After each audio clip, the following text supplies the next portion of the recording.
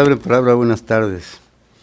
Hoy vamos a hacer nuestro programa, el programa de los libros a la televisión. Hoy hablaremos de un escritor mexicano que no es precisamente solamente novelista. Una obra muy compacta, muy estudiosa, un hombre muy estudiado además, ¿no? José Joaquín Blanco. José Joaquín Blanco, déjenme les digo dónde nació. Nació en la Ciudad de México. Nació en el 19 de marzo, es decir, ayer fue su cumpleaños. Nació el 19 de marzo de 1951. Primero, es cronista. También dramaturgo, escribió teatro. Ensayista. Yo creo que tiene de los mejores ensayos sobre literatura novohispana, sin ser historiador, porque él estudió letras. No quiero mentir, pero él estudió también, es investigador del Instituto Nacional de Antropología e Historia. Colaboró en el Financiero, en el Nacional, en el Universal, hoy le dará pena, la Crónica de Hoy, en La Jornada, México en la Cultura, Nexos, Punto, Revista de América y en Siempre, recordemos el Siempre, y en el 1+1. Esta vez leeremos algunos fragmentos de sus crónicas, que en mi punto de vista es de las crónicas contemporáneas más potentes. Después de Carlos Monsiváis, yo creo que José Joaquín Blanco y Fabricio Mejía, ¿no? que es un cronista muy contemporáneo, mucho más joven que José Joaquín, ¿no? ¿Qué más podemos decir? Leeremos crónicas de José. A mí me divierten mucho, me gustan mucho. Creo que José Joaquín ha puesto en sus esto que llama él ensayos de literatura cotidiana. Su libro Función de Medianoche me parece un clásico, lo comentábamos con un amigo un día, que será un clásico poco a poco en cuanto pasa el tiempo. Hay una crítica muy inteligente, una crítica muy acertada al poder. Hay una rebelión en su escritura. Y este otro libro que se llama Un chavo bien helado. Creo que estos dos libros, los leí yo de pe a pa, y tiene cosas sobre el consumismo, ¿no? Sobre todo, sobre la soledad en la ciudad, sobre el estado del hombre solo en la Ciudad de México, en una gran urbe. ¿Sí? ¿Qué hacen para aguantar la soledad, ¿no? Y bueno, déjenme decirles que hay un ensayo, quizás el ensayo más, él lo llama artículo, porque salió publicado en el 1+1 en 1979. ¿Por qué es importante la fecha? Porque se llama el ensayo Ojos que da pánico soñar. Es un análisis vigoroso, sincero, muy profundo sobre la homosexualidad en México. De los primeros ensayos descarnados que se publican en México sobre la homosexualidad. Hay que recordar que sobre esta literatura, de los primeros que yo sepa, fue una novela de Ceballos Maldonado, michoacano. José Ceballos Maldonado se llama ¿Qué más da? Bueno, no me crean, no recuerdo. Él nació en Puruándiro, Michoacán, y vivió en Ciudad de México. Es más o menos de la generación de Gustavo Sáenz, ¿no? Y tiene una buena cantidad de novelas. Yo creo que hay que hablar de él un día. Es más, yo mismo hice una antología con su hijo Héctor sobre sus cuentos, Blas Ojeda y otros cuentos que son muy, muy buenos. Bueno, José Joaquín Blanco, finalmente vamos a leer algún fragmento. Por ejemplo, oigan este principio del frío del sábado por la mañana, por la madrugada. Hay uno que se llama Señores pasajeros, lo que sea su voluntad. México, México es otro también extraordinario. Hay uno, Los cuarentones ante el paraíso, la comida de Carlos Hank, es una crítica tremenda. Bueno, esa del sábado en la noche, en la madrugada, me parece muy buena, y aquí me la había encontrado, pues otra vez aquí en Vips, a las 4 de la madrugada, como escribió José Alfredo: profeta de todos los destinos. Nada me han enseñado los años, siempre caigo en los mismos errores, otra vez a brindar con extraños y a llorar por los mismos amores, y a terminar solo, borracho y sin cartera, antes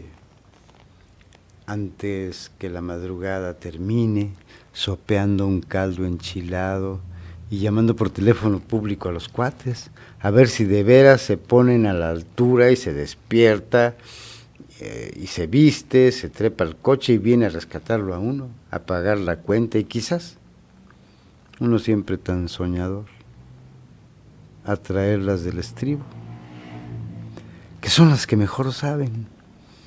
Pero en fin, uno entra en razón.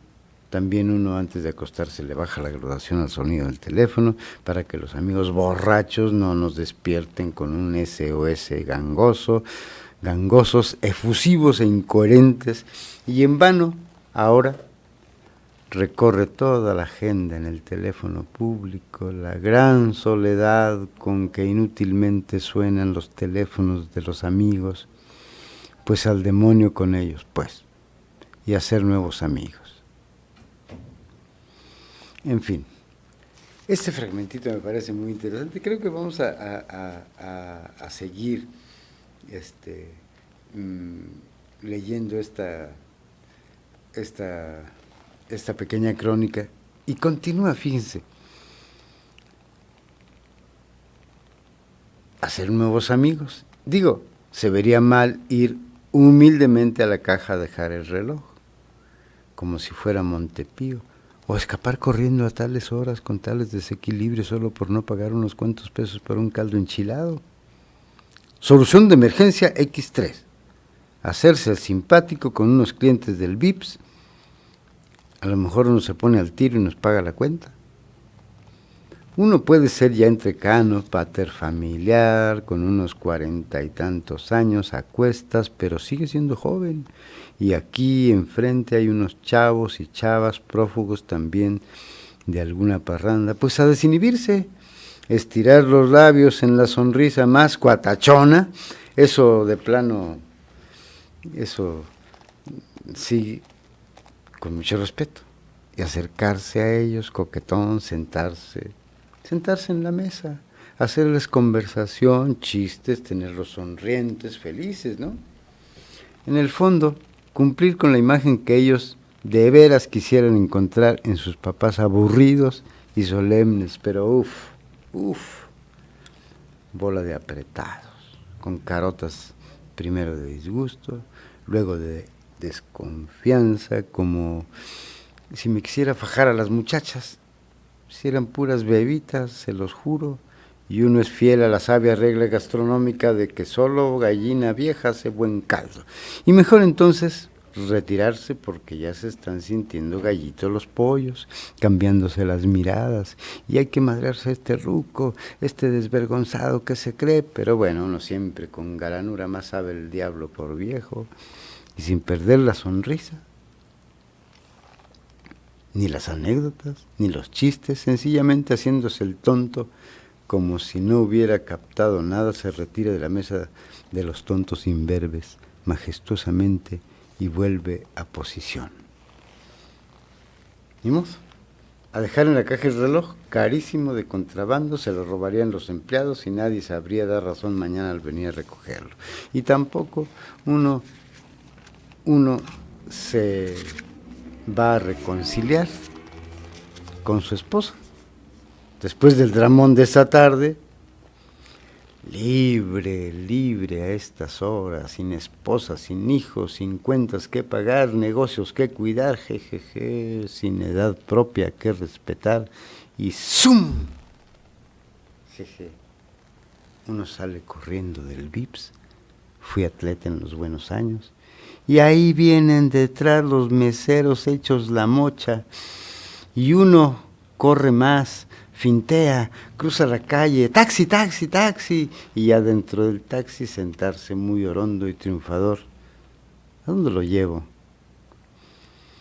Uno entonces se pregunta, ¿dónde carajos quedaron el coche, la cartera, las tarjetas de crédito?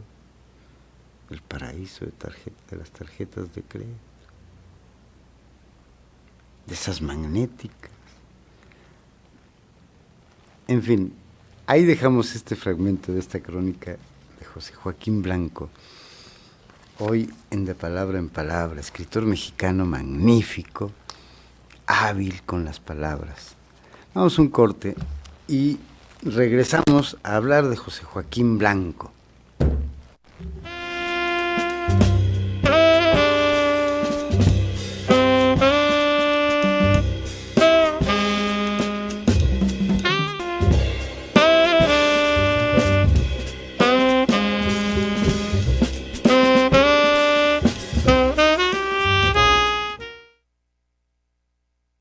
Leyendo este fragmento que nos quedamos cuando que lamenta no traer tus tarjetas de crédito.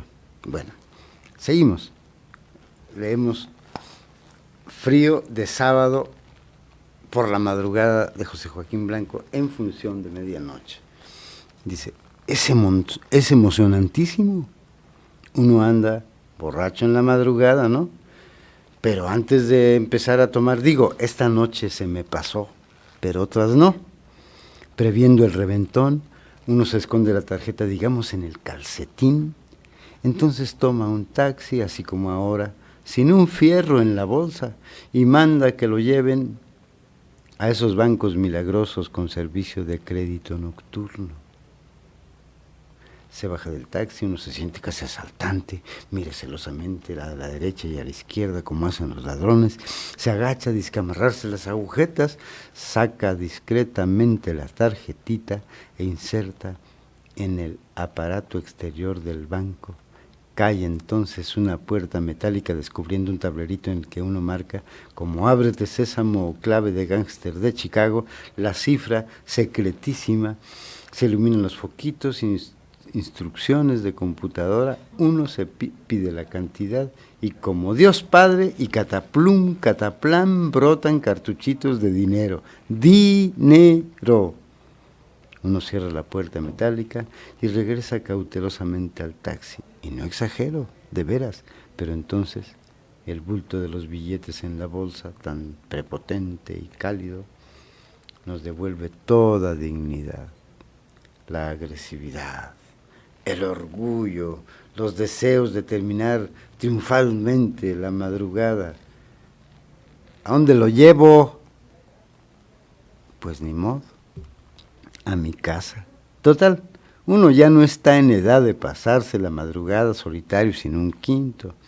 Al fin y al cabo, haberse escapado corriendo de un VIPS para no pagar una cuenta de solo 40 pesos, ya es bastante travesura como para que un ejecutivo cuarentón como este servidor, pero es necesario un broche de oro.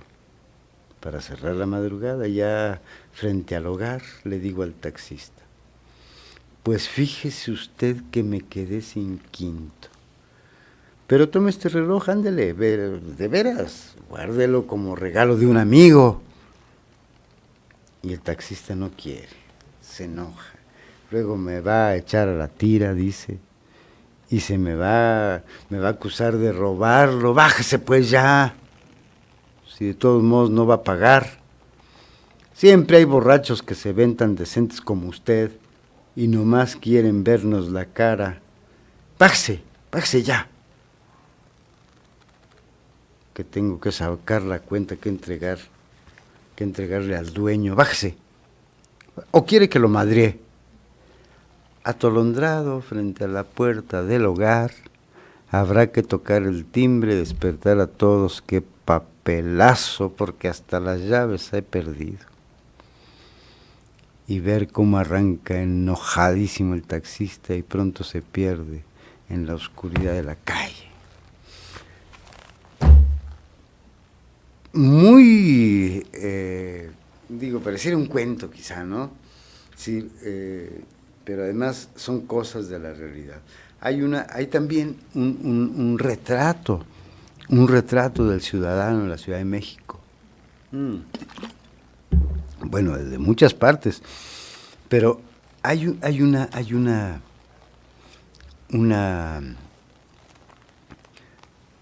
síntesis en estos personajes de los que atiende José Joaquín Blanco en este libro, que finalmente nos demuestra en qué condiciones vivía la sociedad en los años 80, ¿no? No hay mucha diferencia. Digo, salvo que esas tarjetas de crédito que utilizaban otro mecanismo, ahora hay cajeros automáticos, ¿no? Entonces, bueno, este libro sin duda hay una sección que está dedicada a Luis Zapata, el novelista, el famoso novelista de El vampiro de la colonia Roma, otra novelita que tiene que se llama De pétalos perennes, que son muy amigos además José Joaquín y Luis Zapata. Luis Zapata creo que ya murió. Esta sección se llama El íntimo transar del corazón. Y hay uno, ahorita no puedo recordar, pero no sé si está en El Chavo bien helado, pero hay uno. Se pone como lazo de cochino a Juan Gabriel. Las letras tan simples, tan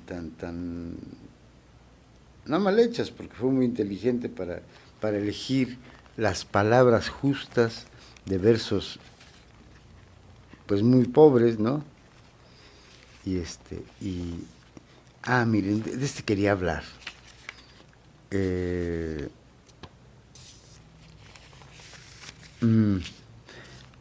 Este de Frío de lunes en la madrugada, y La ciudad y los solos. Buenísimo, este es muy bueno.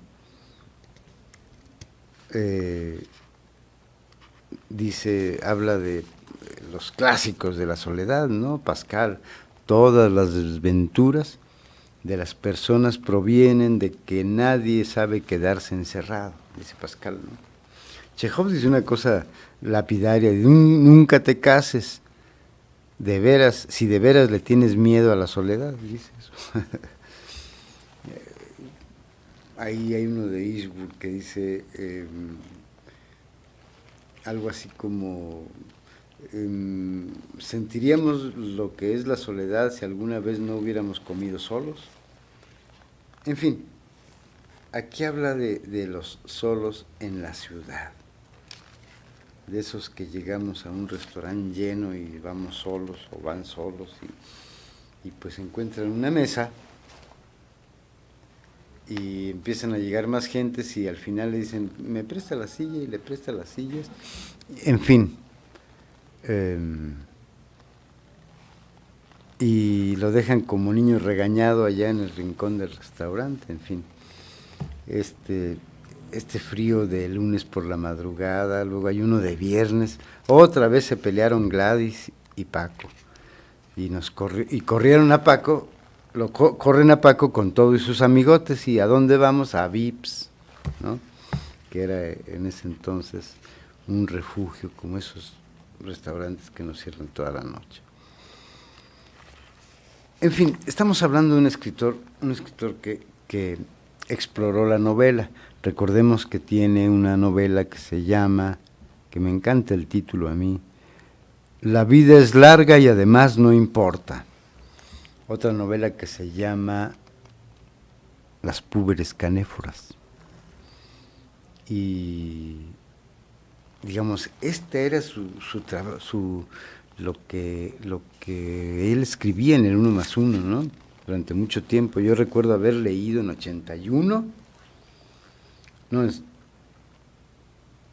este fue publicado en 81. Yo creo que 79, 80, porque está fechado ese de Ojos que da pánico soñar, ¿no?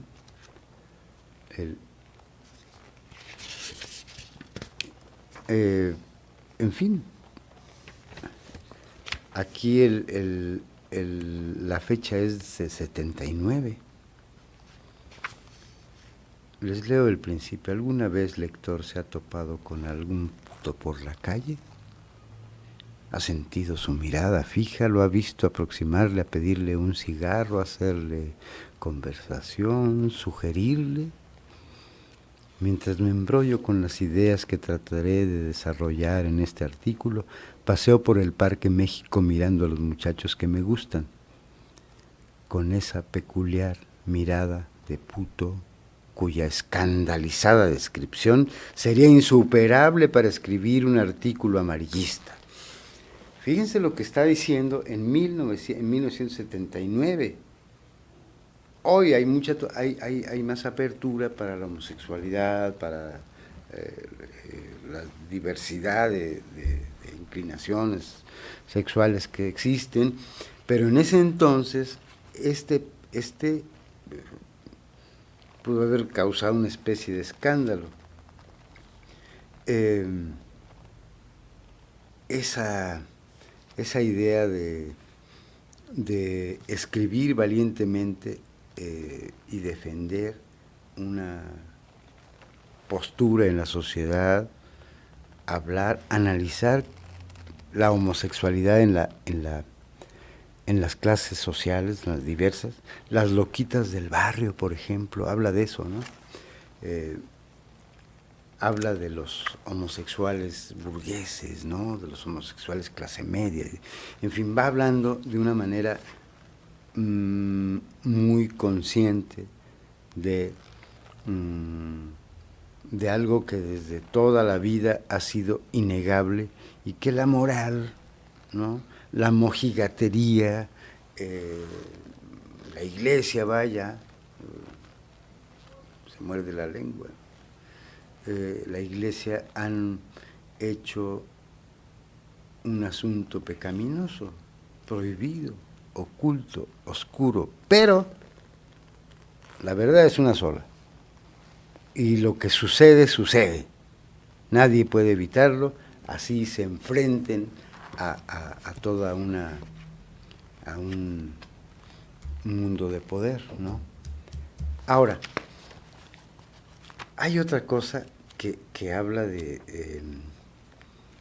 de los camiones, ¿no? De San Juan de Letrán, los tristes y vulgarcísimos burgueses, las chicas de aire, caramelos y filmes americanos, las juventudes ice cream rellenas de basura que viven en el poema de Efraín Huerta, ya no están en San Juan de Letrán. Esa movilidad social del que ha vivido la Ciudad de México de una manera notable, notoria, ¿no? Eso va viendo cómo se han echado encima los cambios en la ciudad y hasta de la arquitectura, ¿no? contimas de la gente. Vamos a un corte y regresamos y seguimos hablando de la crónica de José Joaquín Blanco.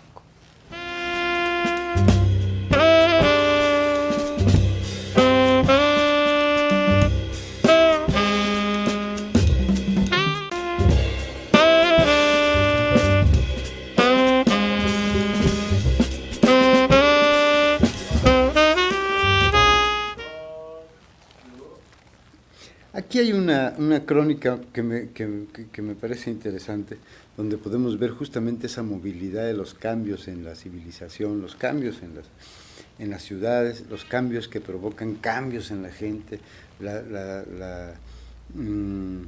el restablecimiento de las vías públicas, el restablecimiento de parques, jardines, calles, cómo la gente se va de las colonias a otro lado, cómo cambia todo en la ciudad. Aquí hay una Avenida Álvaro Obregón se llama, ¿no? Dice, la colonia Roma fue aristocrática alguna vez y ha venido a menos. Ahorita hablamos del presente. Ya en los años 50 era eufóricamente clase mediera y empezaba a transformarse en zona de comercio y de paso. La gente rica emigraba a nuevas colonias, como pasa aquí en la Chapultepec, por ejemplo, ¿no? Emigraba a nuevas colonias elegantes y vendía sus casonas. Ahora, pese a unas cuantas residencias y edificios blasonados, sobrevivientes o envejecidos, la avenida Álvaro Obregón es un pulular de gente y de coches entre hoteles, baños, academias, comercios, academias comerciales, gimnasios, frondas, taquerías, bodegas, cafés chinos, todo tipo de tiendas, refaccionarias, dentistas, sanatorios, billares, mueblerías, oficinas públicas, estacionamientos, misceláneas paupérrimas como la que está en el número 187 Chapalabola, agencias automotrices, salones de belleza, peluquerías. Para un reportero nostálgico que de pronto se siente reencarnación de Bayarispe, el mejor espectáculo es la crónica del envejecimiento de los edificios. Su deterioro empieza en los bajos, cuando los locales de joyerías, tiendas de regalo y de alta costura dan alojamiento a carnicerías y misceláneas. Simultáneamente las azoteas resquebrajan sus bordes y barandas de mampostería, dejan rotos los vidrios de los cuartos de servicio que admiten ya el subarriendo a solteros pobres, estudiantes y prostitutas. Se coronan con monumentales anuncios a todo color de mujeres en bikini. Los pisos intermedios también resisten limpios y elegantes algunos años, pero ya van enseñando su desclasamiento en las ventanas. Fíjense, qué interesante cómo finalmente esos cambios, lo vemos aquí en Morelia, ¿no? Es decir, esa clase, los ricos van abandonando el centro. Eso pasó con la Roma, ¿no? Hoy la Roma es un lugar de bohemia, ¿no? Un lugar de bares, de teatro, de cafés, librerías, etcétera, ¿no? Un lugar que finalmente no le quedó otra que volverse como una especie de espacio para los artistas, la cultura. Había que hacer un Greenwich Village en la Ciudad de México, ¿no? Como la Condesa y la Roma. Más o menos es eso. Y José Joaquín aquí plantea muy bien cómo en la avenida Álvaro Obregón puede verse ese cambio, ¿no? Aquí pasa algo interesante, ¿no? Dice, frente a los nuevos condominios altos en los que la ventana es solo una parte del muro que llenos de vida los ventanales antiguos, sobre todo cuando están en franca decadencia. La Roma a principios de los 80, yo recuerdo muy bien, era una colonia pues venida totalmente a menos, como está diciendo José Joaquín Blanco aquí, ¿no? Y ahora es otra cosa, ¿no? Hoy es distinto. Hay que rescatar las ciudades siempre. Es decir, hay que reinventar las ciudades. Eso es la idea de el urbanismo contemporáneo. Pero bueno, vamos a ver de qué más habla en este libro. Este es muy bueno, Ejecutivo Junior. El automóvil como consolador, ¿no? Aquí,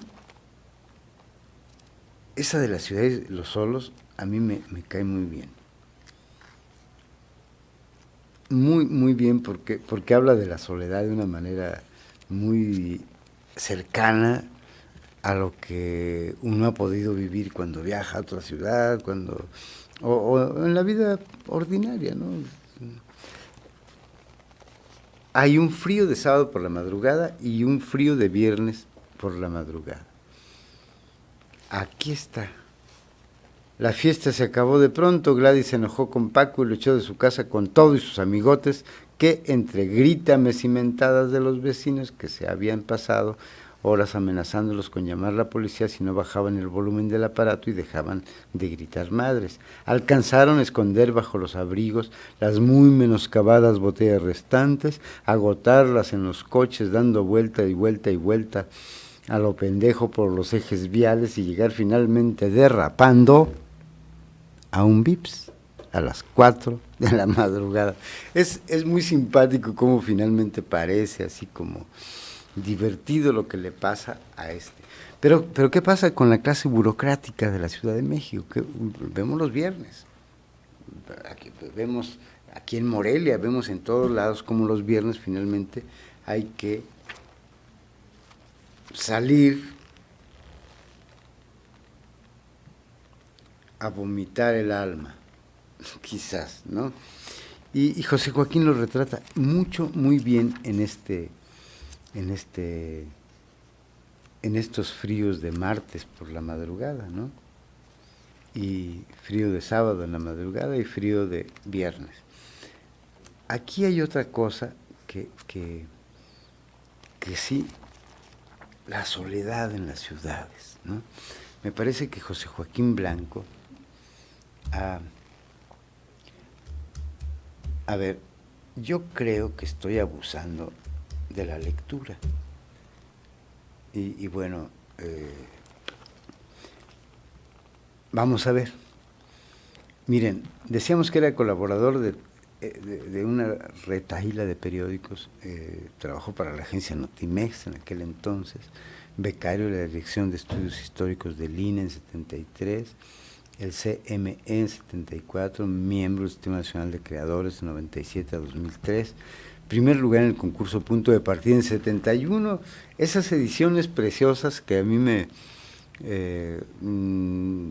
hicieron publicar uno de mis libros colectivos ahí con Carlitos Santibáñez, con Javier Audirac y Margarito Cuellar, y yo.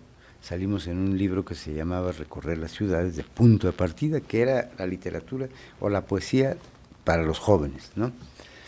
Luego ganó el premio Diana Moreno Toscano a la promesa literaria en 1973.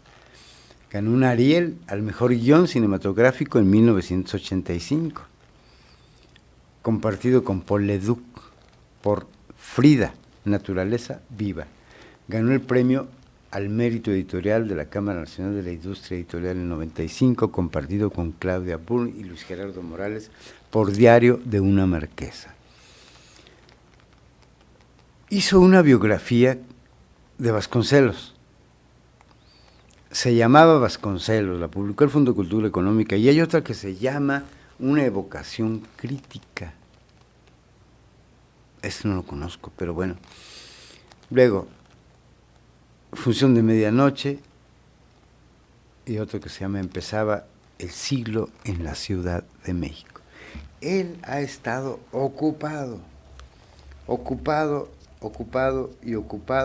en la ciudad. Un gran cronista, ¿no?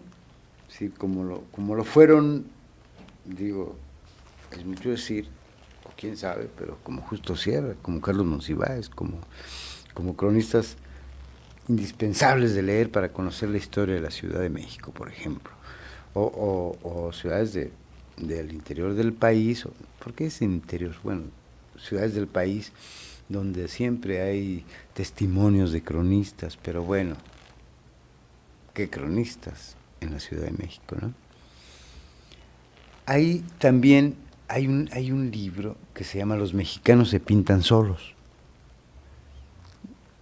Y hay otro que se llama Crónicas y paisajes, personajes de la Ciudad de México. Pórtico de la Ciudad de México es uno de ellos. Un chavo bien helado, que es este libro que tengo aquí, ¿no? Crónicas de los años 80. Este también es otra joya. Y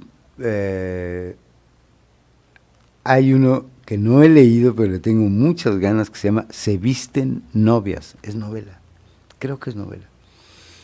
Somos insuperables, ¿no? Otra crónica literaria, un siglo de escritores mexicanos, del 96 más o menos. Espejo del siglo, el espejo del siglo XX, ¿no? Que son ensayos también.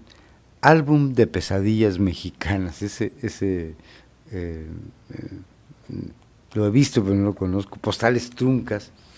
Luego escribió cuentos también, Otra vez la playa, El castigador, Las rosas eran de otro modo, se llama un título. Y ensayos, aquí hay muchísimo trabajo que José Joaquín hizo, pero bueno. La ciudad y los solos. Voy a leer un fragmentito ahí. Ahí tenemos la portada de esa novela de La vida es larga y además no importa, que es una novela. Fue su primera novela, si no mal les recuerdo. Dice, por miedo a la soledad la gente se agarra a madrazos o sueña en el amor o se casa y se divorcia y se vuelve a casar, se hacen inversiones, se adecúa uno a las costumbres, se hace igualito a lo que cree que son los demás. Un hombre solo o un momento de soledad inicia crisis de conciencia y lleva a recodos solitarios y prohibidos, desde las emociones anarquistas hasta la nota roja. Y aquí te quiero ver, oh ciudadano prototípico, totalmente solo. En la palabra está el llanto y el crujir de dientes. Has vivido en el terror a la soledad, siempre acompañado desde tu nacimiento entre familiares, amigos y cosas que hacer. Estar solo y ocioso es extraviarse en la sociedad, a veces sin regreso, un extravío trivial. Cita para cenar con novia o amigos en tal parte, y pasa un rato y no llegan, pasa otro y otro, media hora, 3/4 de hora, tus facciones y tu modo de ser se están descomponiendo. Al principio, feliz, chiflante, te sientes seguro en tu ciudad y la calle, tu persona. Una sociedad está hecha de complicidades. Y entre mayor sea el número de tus complicidades, mayor será tu aplomo, tu fuerza y tu agresividad. Una pareja es más agresiva que un solitario, una pandilla lo es más que una pareja, un vecindario más que una pandilla y una organización masiva es abrumadora, sobre todo cuando llega al poder. Armas, cartera, las modas, también son compañía. Cuando uno anda acompañado, mira a las otras personas y las cosas, y a las cosas. Cuando uno anda solo, se siente que las cosas y las personas lo miran a uno y se chismean, comentan, ven feo, sospechan, algo se traen. Ya te sientes de plano un criminal cuando la gente pasa y tú sigues ahí plantado, sin nada que hacer y sin nadie que te diga, está conmigo, no es un loco, no está solo. La primera reacción del plantado es negar la evidencia. No es posible que me planten, debe haber algún error o algo terrible. Vamos a un corte y terminamos de leer esta crónica de José Joaquín Blanco, La ciudad y los solos. Regresamos.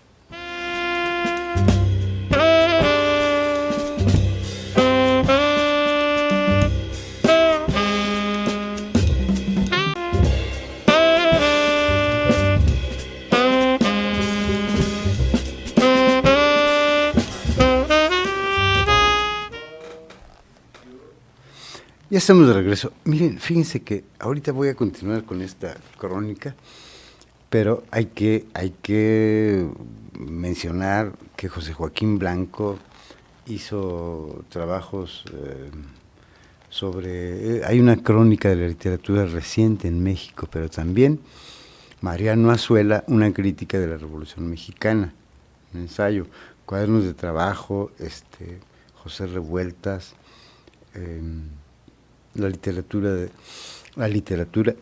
la Nueva España, lo que yo mencionaba en un principio, que son 2 tomos. El tomo que es Nuevo Mundo y Conquista, y el tomo 2 que es Esplendores y Miseria de los Criollos.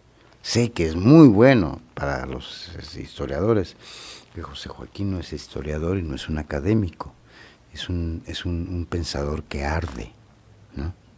Esos son los mejores ensayos, no los que exige la academia, ¿no? Eso es otra cosa. Claro, hay ensayos académicos brillantísimos, pero no todos. Hay un ensayo de la literatura mexicana sobre el ensayo de la literatura, las intensidades corrosivas. Hay otro, aquí hay uno que no lo encuentro, pero uno que me gustó mucho sobre la poesía, y tengo que buscar cómo se llama, porque a mí me parece muy útil para los maestros de literatura en la escuela de letras o de números o de lo que sea, ¿no? Un siglo de escritores mexicanos, ya lo dije, Pastor y Ninfa, ensayos de la literatura moderna, cuestiones quevedescas, la soledad de los optimistas. Y en las novelas, bueno, ya dijimos que la vida es larga y demás no importa, las púberes canéforas, calles como incendios, esa me han dicho que es muy buena. Yo conozco La vida es larga y demás no importa. Las púberes canéforas también, pero Calles como incendios fue ya en 85 fue que salió. Y, oigan esto, poesía. La vida es la ciudad tan personal. Vuelvo a decir que está ocupado de la ciudad. Poemas protegidos, una serie de poemas escogidos se llama Garañón de la Luna. Ese es otro que salió en aquella colección de la UAM, ¿se acuerdan? De Molinos de Viento. Elegías también, poemas y elegías, que salió publicado en Cal y Arena. Y hay algo ahí, una antología, oigan esto, para leer a Guillermo Prieto, que es él hizo el prólogo y la selección, ¿no? Literatura para niños y jóvenes, El diario de una princesa, en colaboración con Claudia Pulli, bueno, ya lo dijimos, ¿no? Y bueno, ese es José Joaquín Blanco, un admirable prosista, ¿no? Y que ensayó todo, estudió la literatura, ¿no? No puedo recordar cómo se llama, y no lo encuentro aquí en esta anotación que hay aquí. Pero bueno, estábamos en que las armas... No es cierto. Estábamos en la primera reacción del plantado, es negar la evidencia. No es posible que me plante, debe haber un error o algo terrible, accidentes o conjuras. Se siente además humillado, ninguneado, y como si todo mundo y la realidad entera supieran la vergüenza de que está solo, se acompaña de ademanes disculpatorios, consulta frenéticamente el reloj para que los caminantes vean que está esperando a alguien, pone gestos de preocupación, camina impacientemente, desanda los pasos caminados, ojea el periódico y nada, plantadísimo. Nunca los dioses envían una desgracia sola. Cualquier desgracia suele venir acompañada, y el plantado cambia de táctica y de facciones. No lo plantaron. ¿Quién iba a plantar a un cuate tan guapo, bien vestido, simpático, inteligente y con buen empleo? Nadie. Al diablo, no necesita a los demás. Y entra, solito, ole torero, al elegante restaurante frente a cuyas puertas había hecho el papelazo. Los comensales son autoritarios cuando numerosos, con la novia se discute un poco el menú y quizá hasta la cuenta. En grupo se cotorrea a los meseros, se les llama estentóreamente, con palmadas y se manifiesta a gritos el pésimo servicio, pero tú, solito, te achicopalas, entras y bien educado, te acompañas de urbanidad y amabilidad, pide las cosas por favor y te entra la paranoia. Te ven feo porque estás disminuyendo el consumo. Un cliente en una hora paga mucho menos que 5 por la misma mesa. Pobrecito, ¿ser extranjero? Ya sé qué le pasa, o poeta, andará deprimido. Pero qué impudicia andar causando lástimas. ¿O será un promiscuo ligador? ¿Un detective? ¿Un ratero? ¿Un político en desgracia? ¿Qué diablos hace un hombre bien vestido comiendo solo en un buen restaurante? El plantado soborna al mesero, pide cosas más caras para que lo traten mejor y se hará disculpar con una buena propina. Además, ante la ausencia de los derechos civiles se caracteriza al solitario, protege las sillas de la mesa con el saco, el portafolios, la finta de que espera compañeros. De otra manera la muchedumbre viene a arrebatarle las sillas para apretujarlas en otras mesas sobrepobladas y entonces sí, mascando, calladito y cariacontecido en mitad del barullo, parecería el niño castigado en el rincón de la clase. El plantado puede darse por vencido y correr a casa, telefonear a amigos, hablar de dejar de estar solo, pero a veces de machito en sus 13 y se va a bares a demostrar que sin trono ni reina ni nadie que lo comprenda sigue siendo el rey. Y ya podremos verlo entronizado horas más tarde en la barra de un Vips a las 4 de la madrugada. El plantón es la única soledad de los convencionales. Ahí sus conciencias pagan trivial y dolorosamente algunas de sus cuentas pendientes. ¡Qué barbaridad! ¡Qué manera de exponer esa complejidad de estar solo! Hay quien dice, yo estoy solo porque quiero y porque yo puedo hacer lo que quiero y porque no puedo. No. Otros motivos nos arrastran a la soledad. Es decir, ya decía yo en un principio, hace un ratito, que los clásicos dicen, los solitarios se parecen a los criminales, ¿no? Dice Latov. Chekhov dice, nunca te cases si de veras le tienes miedo a la soledad. En fin, la soledad es paradójica, ¿no? Es cierto que se necesita estar solo, pero también se necesita hablar con alguien. Y si estás solo, habla solo, para nadie. Palabras que no sirven más que para consolar o para hacerte pasar por un hombre alegre que habla solo con el espejo o hasta sin el espejo, ¿no? En fin, José Joaquín reflexiona de una manera tremenda. Digo, me gustaría leerles algún cachito de este libro de un chavo bien helado. Aquí es donde... Hace tiempo que leí estos libros, que están todos manchados de café, pero bueno. Y habla de Juan Gabriel. ¡Qué barbaridad! Le pone una... Y habla del por qué la gente acepta a Juan Gabriel, yo digo. Ya nos vamos a despedir. Dante, mi nuevo productor, después de mucho tiempo que ya no estaba por acá, ha vuelto y nos dice que ya tenemos que despedirnos.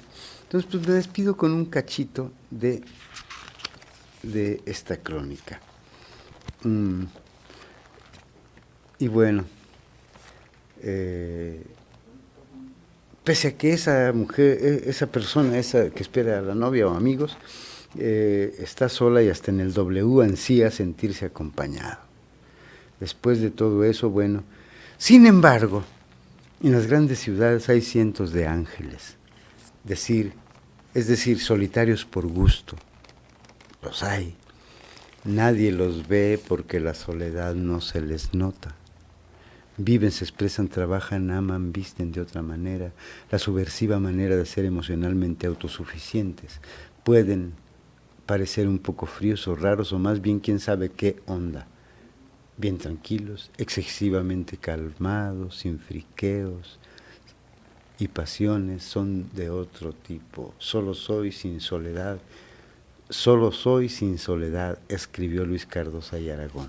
Nunca se escribió algo mejor sobre el asunto, porque ser gregario y con soledad es como pasarse la vida permanentemente plantado, como con tal de que yo no me plante a mí mismo y que no me quede esperando el amor, las emociones verdaderas, los ideales, la vida de veras creativa, etc.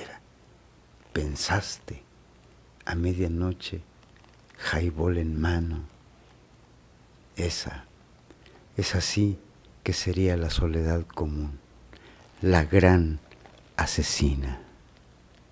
Recuerden, amigos, solos o no solos,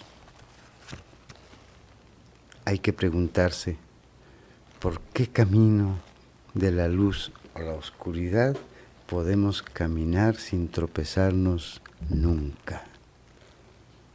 Yo soy Neftalí Coria. Hasta la próxima.